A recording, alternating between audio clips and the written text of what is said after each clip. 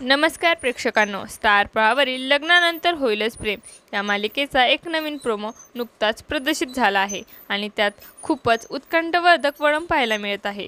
या प्रोमोमध्ये दिसतं की नंदिनी कुठेतरी बाहेर निघालेली असते आणि तेव्हा जीवा तिला विचारतो, कुठे चालली आहेस? त्यावर नंदिनी उत्तर देते की एका मुलीची केस आहे।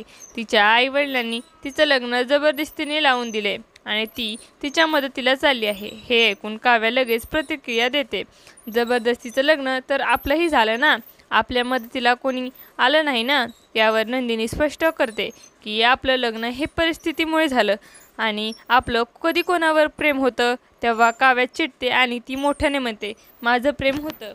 हे ऐकून नंदिनी हादरते आणि विचारते, कोणावर?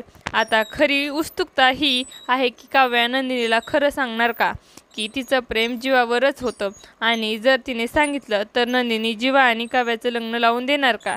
हे पुढे पाहणं खूपच रोचक ठरणार आहे। तुम्हाला जर आपला व्हिडिओ आवडला असेल तर चॅनलला लाईक, शेअर आणि सबस्क्राईब करा। धन्यवाद।